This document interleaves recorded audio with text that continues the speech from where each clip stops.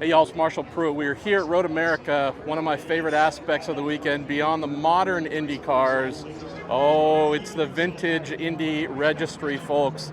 Some amazing cars from yesteryear of IndyCar. We're going to talk to my pal Jacques Dresang here, and look at this beautiful 1981 Eagle. Hey everybody, Jacques Dresang here. We are here with 1981 All-American Racers Eagle chassis number 8101.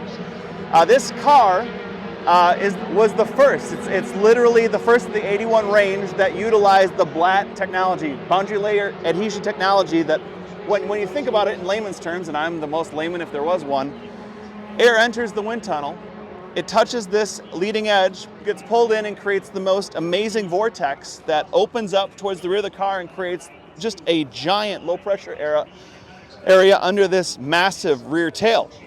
Now, a lot of people didn't realize it, but this rear wing on these 81 Eagles did diddly squat. Everything is created under here, and as Mike Mosley showed with the stock block Pepsi Challenger, speed could be obtained being on the front row in 81. Chip, unfortunately, was more of a low-budget racer. Chip Mead. Chip Mead, yep, you got it. He was part of the Mead paper family. He went with basically leasing a Cosworth from Gurney. He also leased, believe it or not, he leased the centerline wheels from Dan. And what he didn't know was the Cosworth, the center of gravity was different than the stock block. Created a lot of handling woes.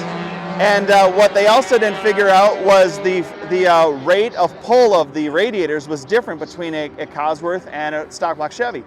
So what happened in qualifying was the radiator started cavitating. It caused a huge vibration that shattered fourth gear in the Cosworth. And so this car failed to make it in 1981 at the Indy 500. Went to Pocono for the Van Scoy Diamond Mines 500. It was the race in which it was USAC's final race other than at Indy, but they had champ dirt cars on slicks racing with modern Indy cars. The starting grid was a draw between the Indy cars at the front of the field because of rain. Chip started at, I think, 17th and was running third when the right rear suspension failed coming into the tunnel turn. Spun 3 times, was able to get back to the pits.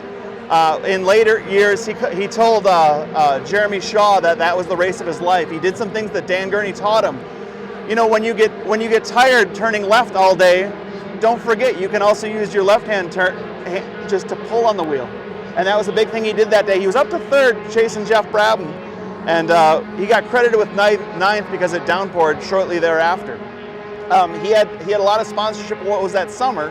So much so that for the Detroit Times Grand Prix at Michigan, I think it was a 250 miler, they leased the car to Longhorn Racing, which was having problems with the LR2 for Al Unser Sr. So Al Unser Sr. drove this car on one occasion, qualified 7th, led 4 laps, and finished 3rd in this car. It had the same exact livery. Engines for this car throughout its whole lifetime was Ed Pink. In the off-season, between 1981 and 82, the car was sold to Bill Jamieson, who, with Bob Fletcher, Cobra Tire Racing, co-owned Phoenix International Raceway. For 1982, the car made the field at Indy, but was bumped by Gary Bettenhausen at 5:14 p.m. on Bubble Day, and so Chip was the first alternate. The next week at Milwaukee, on the Friday practice, 5 cars hit the wall that day. Chip was one of them. He and the car owner, Bill Jamieson, shook hands and never talked again. That was basically the end. So, enters Spike Gelhausen. He got in the car at Michigan for the infamous race where A.J. Foyt hit the wall and was in really tough shape. That was all because Spike Gelhausen went to shift gears and the shifter came out in his hand, and A.J. took diverting action. Yes. So this car's had some interesting interludes in history. It's pure interesting. There's no boring stages, Jacques. Yes, but then we have the wonderful man that is Chris Neifel enter the car. This was his rookie car at Riverside. That year he finished 11th. He only completed, I think, 38 of the 100 laps. It was a 500 miler at Riverside. I got photos of it. Yep, and it had the infamous Neifel tower roll hoop.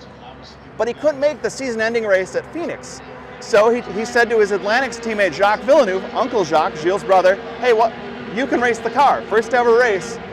Well, Jacques is about 5'2". Yes. So they had to remove the windscreen. So you had a giant roll hoop edition and the missing windscreen. He started on a promoter's option. Who was the promoter? The car owner. started 24th, finished 14th, 11 laps down.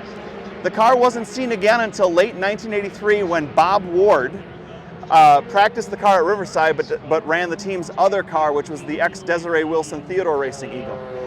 In about 1985, this car and the two Jet Engineering Eagles were involved in a drug deal, and were basically on a pier in Huntington Beach, it was a police deal. They were all in lockdown, and then we found the car in 2008 in Connecticut.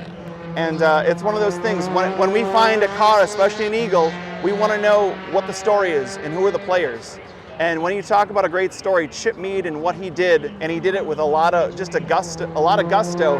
He acquired this car by going into a bar in the winter of 1980-81 and finding 25 stockbrokers, because he figured out a lot of stockbrokers go to this one bar.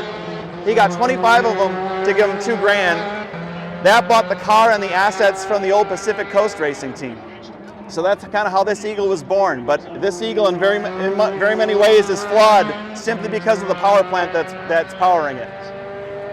Jacques, I always love your in-depth histories and knowing that you and the family part of a preservation society, making sure that Eagles like this certainly continue to fly. So absolutely can't wait to hear the flawed but delightful Cosworth DFX sing here sometime very, very soon. Thanks for showing us the car, brother. Absolutely, and if I can make a quick plug, if you're at Road America this weekend or want to be here soon, July 14th through the 17th, Dan Gurney's All-American Racers Eagles will be the featured mark.